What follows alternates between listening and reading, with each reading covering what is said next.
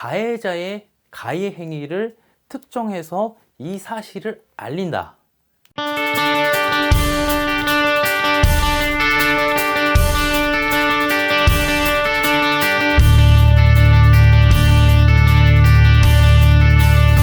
예, 안녕하세요. 김노무사TV의 노무사 김승현입니다.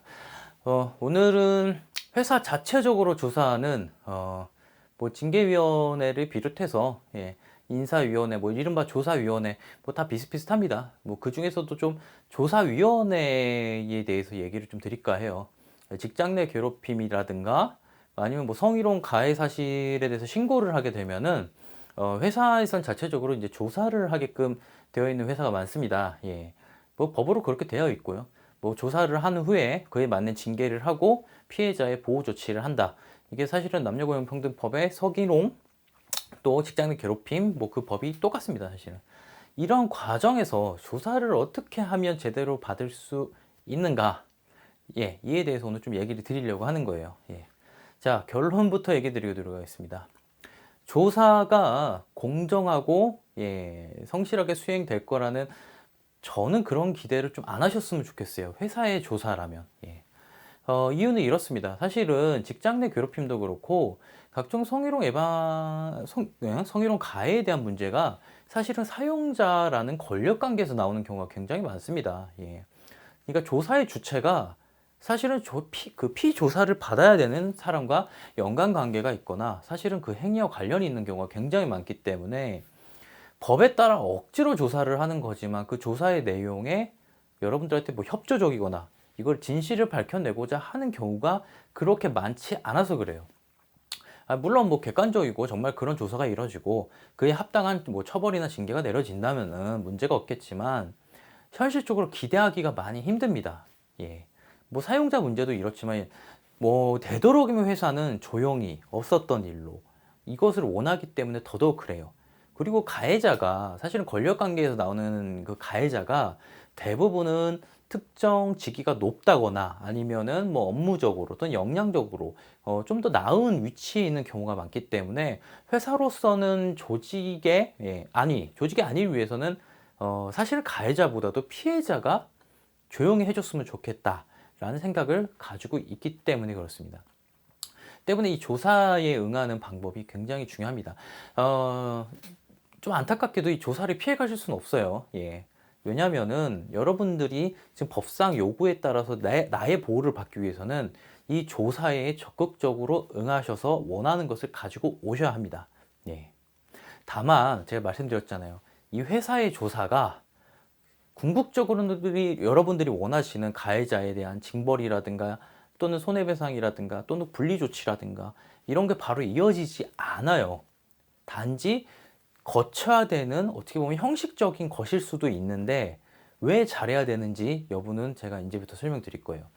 이 조사라는 명분을 가지고 있지만 이것이 조사가 아니라 어떻게 보면은 피해자가 아닌 것으로 만들거나 또는 이상한 사람으로 만들거나 또는 가해자를 두둔하는 쪽으로 방향을 흘러갈 개연성도 분명히 있고 의심하셔야 됩니다. 그 기조를 가지고 오늘 이제 방송을 좀 잘 들어주시면 됩니다. 자, 이 조사에 응하실 때 첫 번째로 하실 일, 내 목적을 분명히 기억하셔야 돼요. 목적이 무엇이냐? 가해자의 가해 행위를 특정해서 이 사실을 알린다. 이게 첫 번째예요. 정말 이것만 뚜렷하게 기억하시면 됩니다. 언제, 누가, 어디서 어떤 행위를 했고, 누가 보았고, 그것을 집증할 만한 것은 무엇이고, 이것만을 기억하세요. 그리고 여러분들이 이 특정 대상물을 잘 전달을 하지 못하게 된 경우에는 당연히 사용자 쪽은 그런 사실이 없다거나 또는 입증이 되지 않았다거나 모른다거나 이렇게 간단 말이에요. 적어도 신고를 하실 때는 사용자한테 나 직장 내 괴롭힘을 당하고 있다 또는 내가 성희롱을 당했다라는 신고를 하시기 위해서는 특정되는 사실을 구체적으로 준비를 해서 가지고 가셔야 돼요.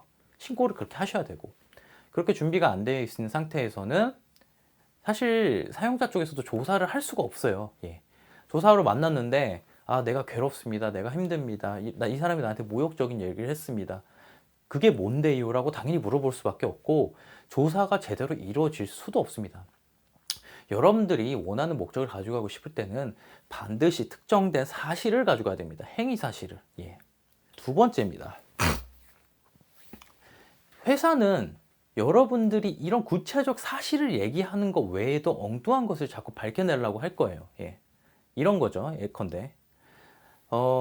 당신한테만 그런 폭언을 한 게 아니죠. 또는 당신한테만 그런 업무 지시를 한 게 아니죠. 부당한 업무 지시를 한 게 아니죠.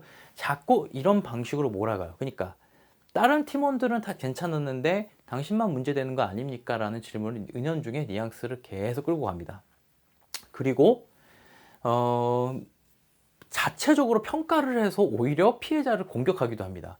당신 말은 이거와 이거와 모순이 있는데요? 라든가 왜 그때 기분이 뭐 안 좋았는데도 이때는 뭐 상냥하게 대해줬나요? 라든가 이런 질문의 요지를 계속 붙들고 들어오는데 자, 다시 한번 기억합시오.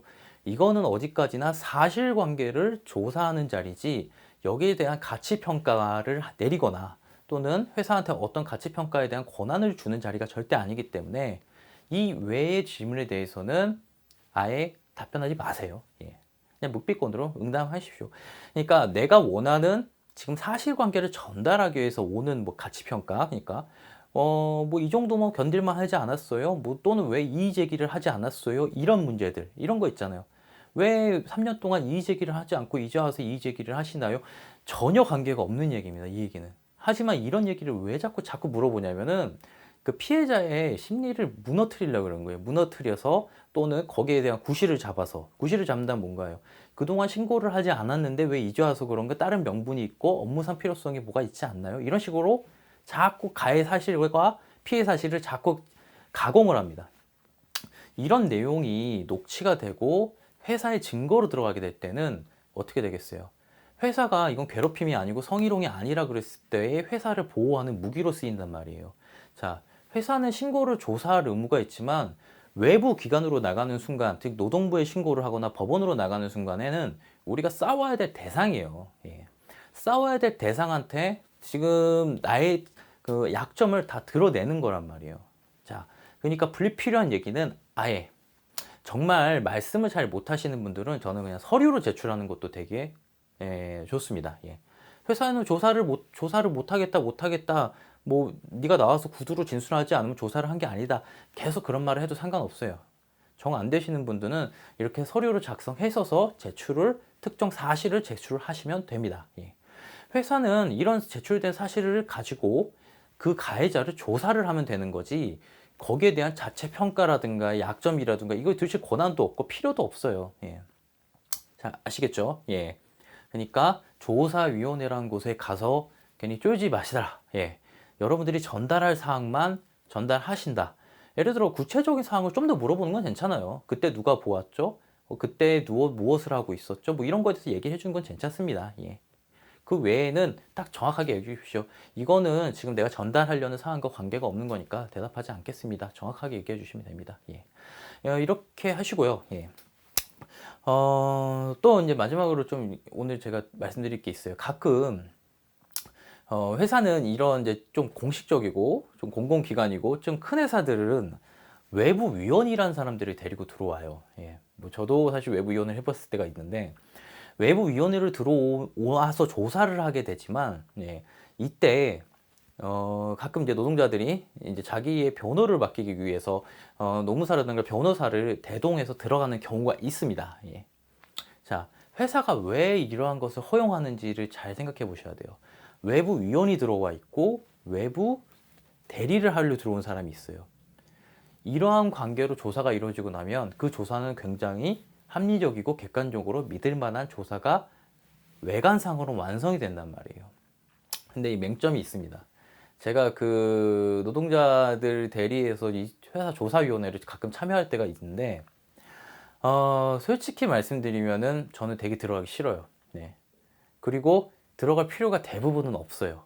왜냐? 어차피 그 자리는 회사가 만든 라운드의 자리고 회사가 의견을 표명하기 위해서 룰을 정해요. 네. 그럼 어떨까요?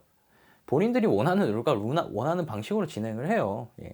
그러면은 이제 저 같은 외부 노동자를 대리하기 위해서 회사 조사위원회에 들어온 사람은 병풍이에요. 그냥 들러리가 되는 거예요. 무슨 얘기냐면 이 조사가 객관적이고 공정하게 이루어졌다는 거에 그 명분을 주기 위해 대동된단 말이죠. 예.